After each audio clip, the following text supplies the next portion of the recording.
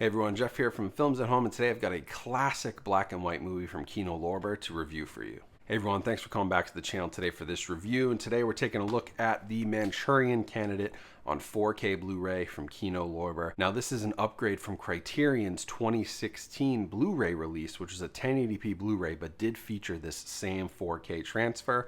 So we're going to dive in and talk about whether or not this one's worth an upgrade. How's the video quality over the Criterion? How's the audio quality? I have the Criterion in my collection, and I have a comparison point to make. So we'll talk through all of that, packaging, special features, and ultimately give you guys a recommendation on whether or not this one's worth grabbing or worth upgrading for your collection. So to kick things off, let's talk briefly about the movie. If you've never seen this movie, it's one of the greatest American films of all time, and it's more relevant now than it ever has been.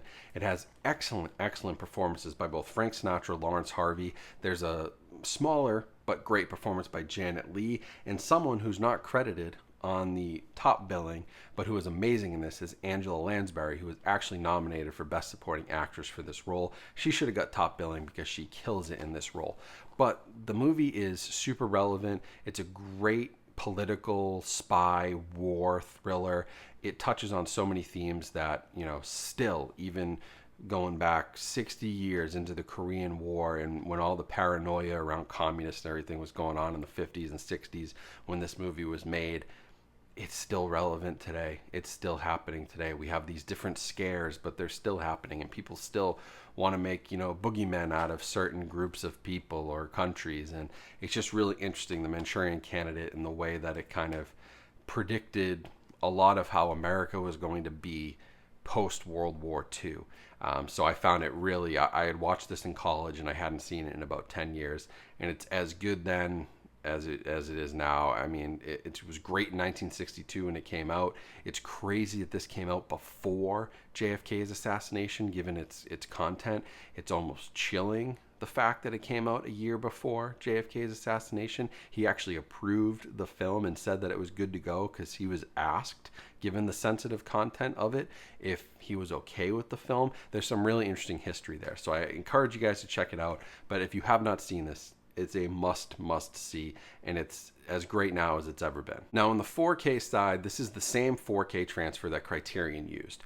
So there wasn't anything new except for Dolby Vision and HDR. That's what was added here by Kino Lorber. So it's the same transfer, but they've added that HDR color grading, which is a costly and time-intensive effort. So I'm glad they did it, because black and white movies look incredible with HDR. The contrast is super enhanced here. It's a much darker image. You get inkier blacks, really nice grays, bright whites, that black scale, gray scale. I've talked about this many times, but when you give it that added metadata of Dolby Vision, it just pops off the screen. And in that way, it looks 10 times better than what the Criterion Blu-ray looked like. Now, if you don't have Dolby Vision, if you have a lower end TV, maybe you're not going to see as many differences. Again, the detail here is very close. It's not like it's much better than what Criterion did, because they're both using the same scan. And yes, we're on true 4K resolution here, but they were both really tight with the quality of their transfer and the way that it was transferred to disc. So that area of difference is minuscule, very close. It looks incredible on 4K, and it's striking how good a movie of 60 years old can look. But the biggest difference is the HDR, and the Dolby Vision specifically, if you can get that, is going to make this one well worth a purchase. And it's a solid 5 out of 5. I mean, of course, the source has a couple moments here or there. There's an intentionally famous out of focus shot towards the end of the movie, so don't think anything's wrong. That's intentional, or wasn't intentional, but was intentionally put into the movie. There's a cool story behind that with Frank Sinatra and why that happened. But the source, yeah, has its ups and downs, but like for the most part, when you get up close and you're looking, right into Sinatra's face, I mean, you see every pore on his face. It's incredible. And a movie of this age, just, it's never looked as good on 4K. Now, the biggest difference between this release from Kino and the Criterion is the audio. Criterion had an LPCM mono track, which is not included here.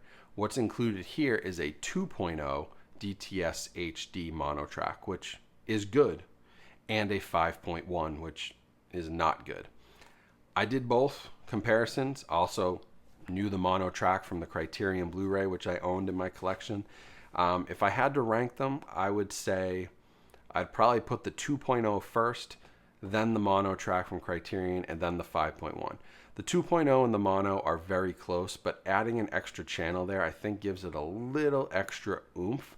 But this is a largely dialogue-driven film, and that's where the 5.1 runs into issues because, and I listened to most of this in 5.1 the first time through because I usually like the upgraded audio.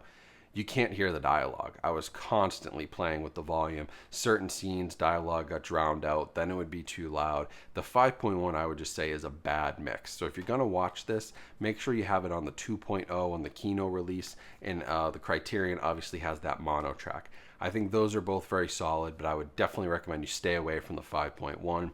That's not going to be worth your time. Now for special features on this disc, we only have one on the 4K disc, and that's an audio commentary by director John Frankenheimer, which is a really cool listen. But the rest are on the Blu-ray, and I actually like that because you can tell the high bit rate of the 4K. They probably didn't have much space to put these on the 4K disc, but I'd always prioritize the movie transfer and that bit rate and the quality over special features. So your features are on the Blu-ray. There's a Manchurian Candidate interviews that has Sinatra, screenwriter George Axelrod, and director John Frankenheimer. There's Queen of Diamonds, which is a great interview with the excellent Angela Lansbury. There's also How to Get Shot, which is an outtake on Blu-ray, which is actually a little funny, a little scary. A Little Solitaire, which is an interview with filmmaker William Friedkin, who's a great filmmaker. He did The Exorcist as well as many other things, but he has a little commentary on this movie. There's a phone call outtake, a little deleted scene, and then a theatrical trailer, which is very nice. So a lot of the same stuff that you got from Criterion, as the commentary is the same. So a lot of that is ported over. So not a big difference there. When it comes to packaging though, I actually really like the Kino packaging versus the Criterion. The Criterion's cool, but the Kino speaks more to the film and the characters, and I really like that original sort of look and feel. Again, on the inside, you get that same look, and then popping this open, no disc art, just the sort of KL Studio Classics typical stuff that they do there. So overall, this one's going to come down to, again, your collecting preferences, your budget. The Criterion release is going to be fairly expensive anyway. Even if you can get it half off, you're going to pay 20 bucks for it, which is what I paid for this 4K release. So in that instance, I think it's an absolute no-brainer. It's 4K, it's Dolby Vision. It looks way better in native 4K than the Criterion does. The Criterion looks great, but this beats it, especially for the same price. But I know there are some of you out there who love the Criterion collection, and if that's what you're going for and that's what you want to collect, that Blu-ray is really good. No harm done if that's what you buy. But this is the best version. It does sell for the same price or probably even cheaper than the Criterion Blu-ray, which is crazy because the Kino stuff is just as high a quality, if not better, than Criterion in many cases, and it can often be had for much more reasonable prices. So if you're new to this movie, I would recommend this. If you already own the Criterion, maybe sell it and upgrade to this one. That's what I did. I sold my Criterion. I bought this.